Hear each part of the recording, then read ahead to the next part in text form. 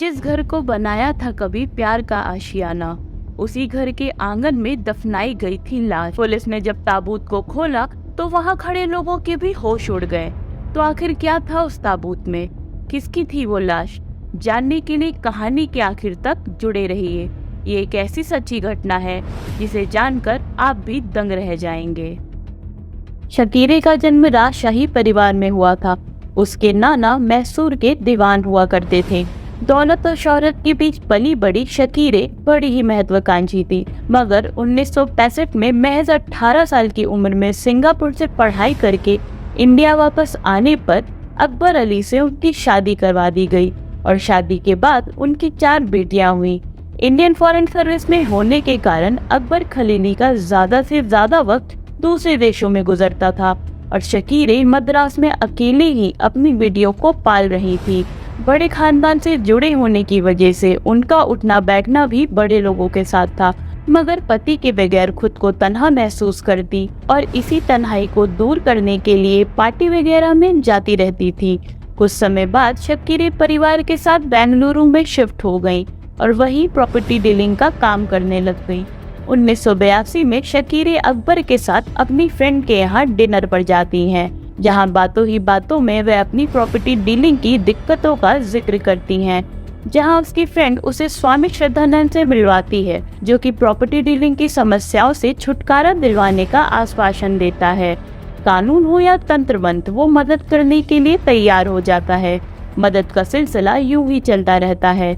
पति के प्यार और सास से महरूम शकीरे जाने कब स्वामी के करीब आ जाती हैं और आखिरकार शकीरे ने अकबर को 1985 में तलाक दे दिया और 6 महीने के अंदर ही शकीरे और स्वामी शादी कर लेते हैं। वो दोनों शकीरे के बेंगलुरु वाले घर में ही रहने लगे, जहां दोनों ने मिलकर एसएस नाम की कंपनी खोली और प्रॉपर्टी डीलिंग का काम करने लग गए। लेकिन शकीरे का स्वामी से शादी करना ना तो उसकी माँ को अच्छा लगा और ना ही बेटियों को। शकीरे की बेटियां सिंगापुर में रहकर पढ़ती थीं और माँ से रोजाना बात किया करती थीं। पर एक सुबह सबा, जो कि शकीरे की बेटी है, अपनी माँ से काफी दिनों से बात न हो पाने के कारण बहुत परेशान हो जाती है। उसके फोन करने पर अब बार बार स्वामी ही फोन उठा रहा था और हर बार उसके पास एक नया बहाना होता। माँ से बात ना कर पाना और स्वामी के गोलमोल जवाब से तंग होकर वो सिंगापुर से बैंगलोर आ जाती है। स्वामी उसे फिर से नई कहानी सुनाता है, लेकिन इस बार सबा कुछ भी नहीं सुनती और सीधे पुलिस स्टेशन जाकर शकीरे की मिसिंग रिपोर्ट फाइल करवाती है। पुलिस की काफी तहकीकात और लोगों से पूछताछ के बाद भी शकीरे का कोई सुराग नहीं लगता। धीरे धीरे 3 साल निकल जाते हैं। सबा सिर्फ कोशिश ही कर सकती थी। पुलिस को केस में कुछ हासिल नहीं हुआ, लेकिन सबा ने हार नहीं मानी थी। वो बार बार केस की अपडेट के लिए पुलिस के पास जाती और आखिरकार 3 साल बाद पुलिस को कुछ ऐसा सुराग हाथ लगता है जिससे वो स्वामी श्रद्धानंद को तुरंत ही गिरफ्तार कर लेती है। पुलिस के आगे स्वामी श्रद्धानंद अपना गुनाह कबूल कर घटना का सारा सच उगलता चला जाता है। स्वामी ने पुलिस को बताया कि हर दिन की तरह 28 अप्रैल 1991 के दिन शकीरे जब सुबह उठकर अपनी बेटी का वेट कर रही थी, तो उस दिन शकीरे की हाउस हेल्पर की जगह स्वामी उसकी चैन लेकर आता है। स्वामी ने उसमें नींद की दवा पहले ही मिला दी थी और उसे पीते ही शकीरे बेसुध हो जाती है। और फिर क्या था, स्वामी ने तो सब कुछ पहले से ही प्लान कर रखा था। उसने एक ताबूत बनवाया था और बेंगलुरु के उसी घर में जहां दोनों कभी प्यार मोहब्बत की कस्में खाते थे, उसी घर के आंगन में मरम्मत के बहाने पहले ही गड्ढे खुदवा कर रखे थे और वही शकीरे की लाश को दफना दिया। सब कुछ प्लान के मुताबिक ही चल रहा था, लेकिन स्वामी सच को कैसे दफनाता?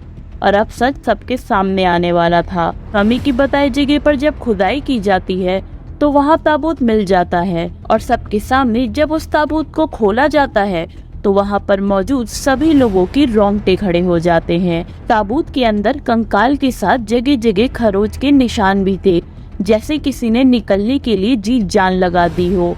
सभी दंग थे।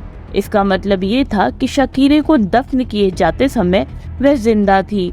ताबूत पे मिले खरोच के निशान चीख चीख कर शकीरे की आप बीती बता रहे थे कि कैसे स्वामी ने उन्हें मरा समझकर जिंदा ही दफन कर दिया और शकीरे तड़प तड़प कर मर गई।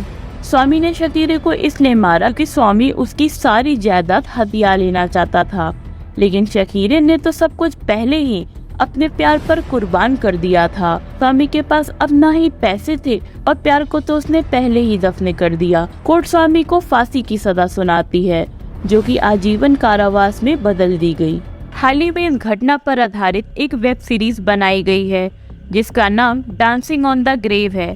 इस वेब सीरीज में स्वामी ने अपने द्वारा किए गए मर्डर की सफाई भी दी है। तो अगर आपने इस वेब सीरीज को देखा है तो अपने विचार कमेंट सेक्शन में हमारे साथ ज़रूर शेयर करें। और ऐसी ही ट्रू क्राइम स्टोरीज के लिए हमारे चैनल को सब्सक्राइब करें और लाइक और शेयर करना ना भूलें।